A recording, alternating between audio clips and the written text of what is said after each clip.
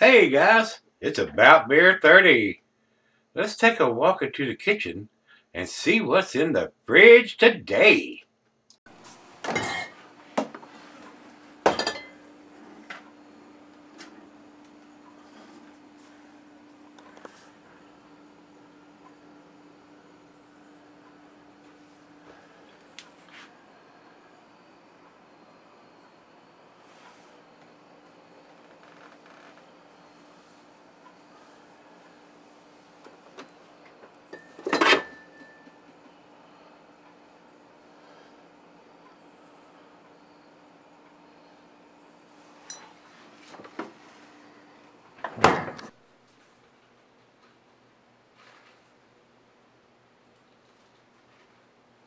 Hey guys, thanks for stopping by Gregsbeerreviews today. Look at this big corked and caged bottle here.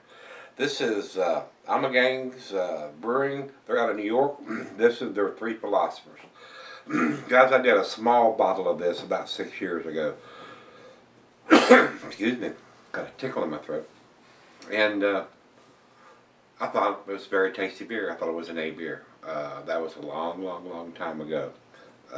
Ommegang does some really tasty stuff. On a side note there, though, when they do these big corked and caged bottles, they're very pricey.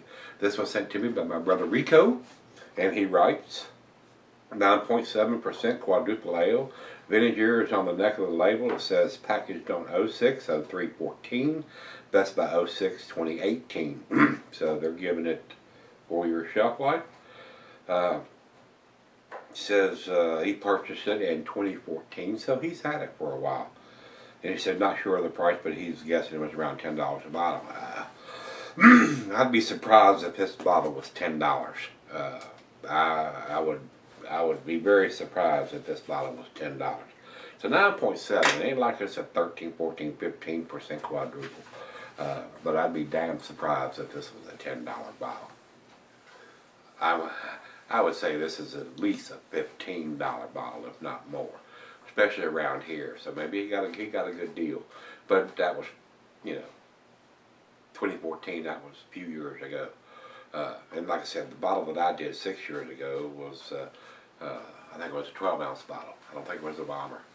So they're putting it in big bottles too now. I don't know if they're still doing the little bottles or not, but looks like an expensive bottle. Anytime you see a corked and caged bottle in this size, it's usually going to be more than $10. I would pretty much bet on that. But like I said, he may have got a good deal. Commercial description on this beer says here 98% ale, 2% ale with cherries added, unique blend of Ommegang Quadruple Ale and Leafman's Creek. Three Philosophers was made for contemplation. So I'm hoping it's still going to be an A beer. My palate was in a different place 6 years ago than it is now.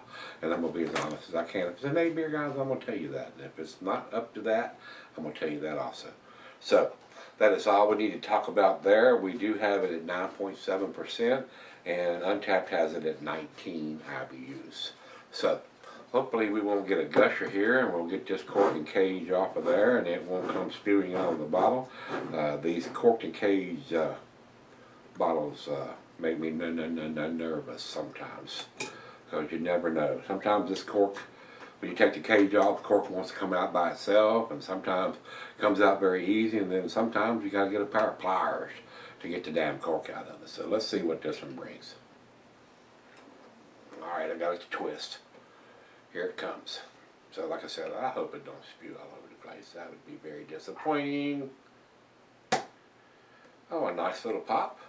Looks like it's staying in the bottle. And it's full. The bottle is all the way up to here, so they filled it up.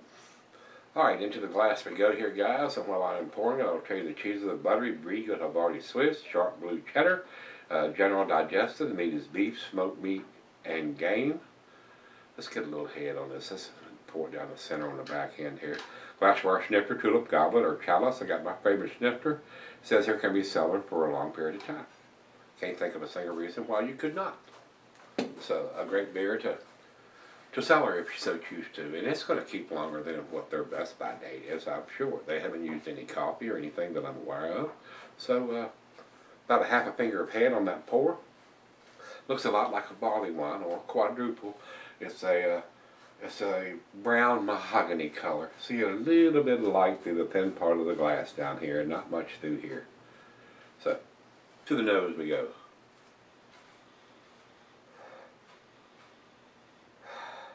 Roasted malt. Got a nice sweet back end like a barley wine would have. Maybe a little caramel, a topping. Maybe some cherries in there like they said. And there may be even some dark fruit in there once it warms up a little bit. But I am getting the cherries. I'm getting a little bit of hint of the cherries in there. That's pretty good. I'm not getting any bourbon or anything like that on there. I don't think it's bourbon barrel aged or anything.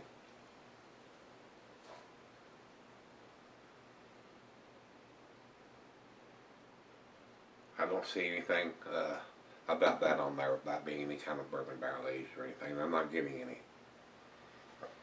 But I am getting a slight hint of some cherries. So let's dive in and see what we got. Final beer of the evening for me. Cheers, everybody. Cheers, Rico.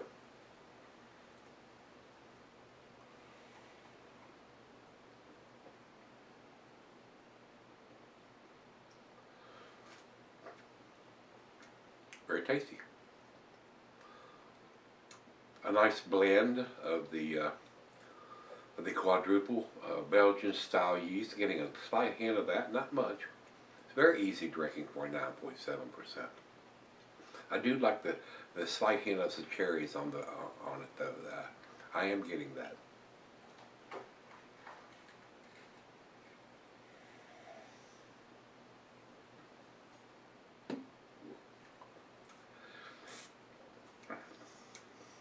Seems to be very tasty, guys.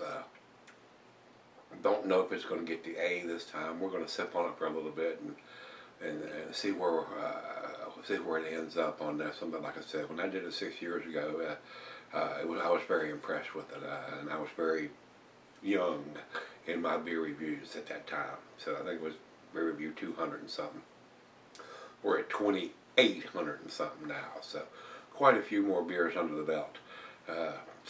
Not sure it's going to live up to that grade that I gave it 6 years ago, but we're going to sip on it and be as honest as we can when we come back on it, and pour her a glass and sip on it, let it come up to room temperature, see what we end up with.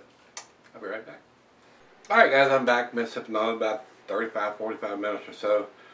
Nice, well-made beer.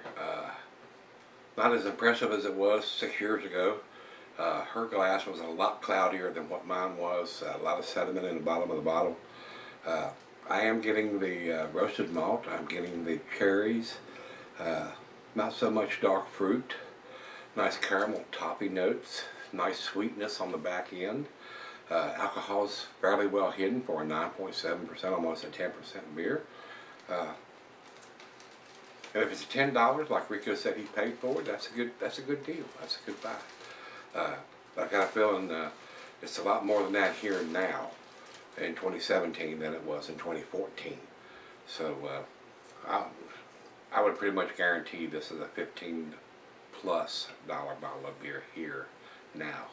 So decent beer. A great candidate to pick up and sell it for a while if you so choose to. Seems like it's selling very well. Final jug.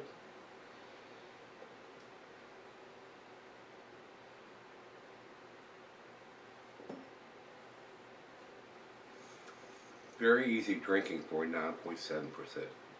Alcohol is very well hidden.